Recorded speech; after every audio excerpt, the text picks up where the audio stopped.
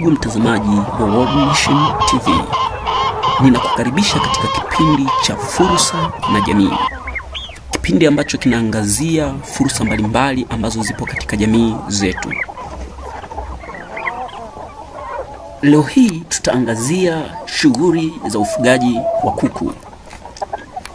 Tulitembelea katika shamba linalojulikana kama Shengai Poultry Farm, linalomilikiwa na Agustino Lesimango. Na haya ndio tulioyakuta shambani hapo. Hawa ni kuku chotara, mbegu kutoka Israel na wengine kutoka Malawi. Hawa hufugwa kwa nusu ndani nusu nje, kwa hiyo hurahisisha sana gharama za uendeshaji wake.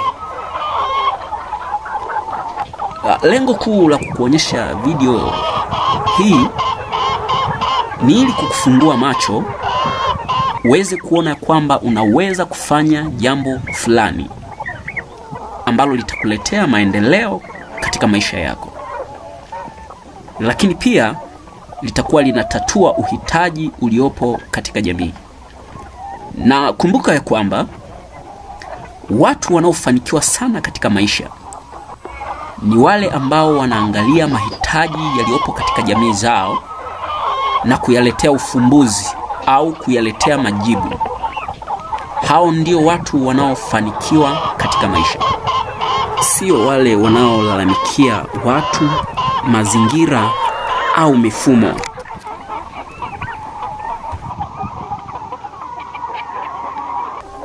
Kwa hiyo, hebu tazama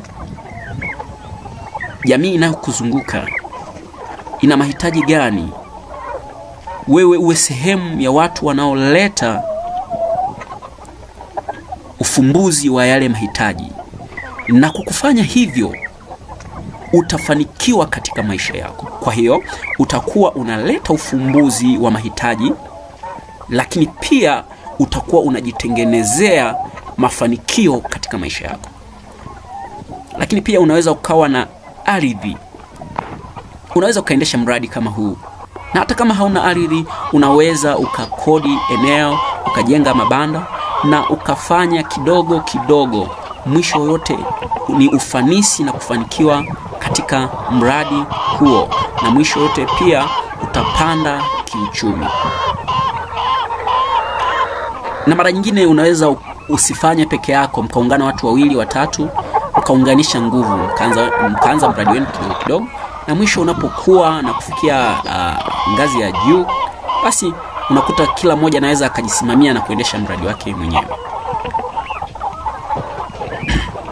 Ndugu mtazamaji na msikilizaji wa kipindi hiki cha jamii na fursa, ninaamini kwa onyesho hili fupi kuna jambo fulani umejifunza au limeamsha nia yako la kufanya kitu fulani.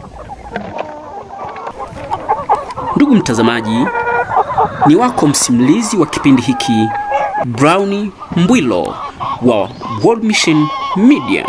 Mungu akubariki.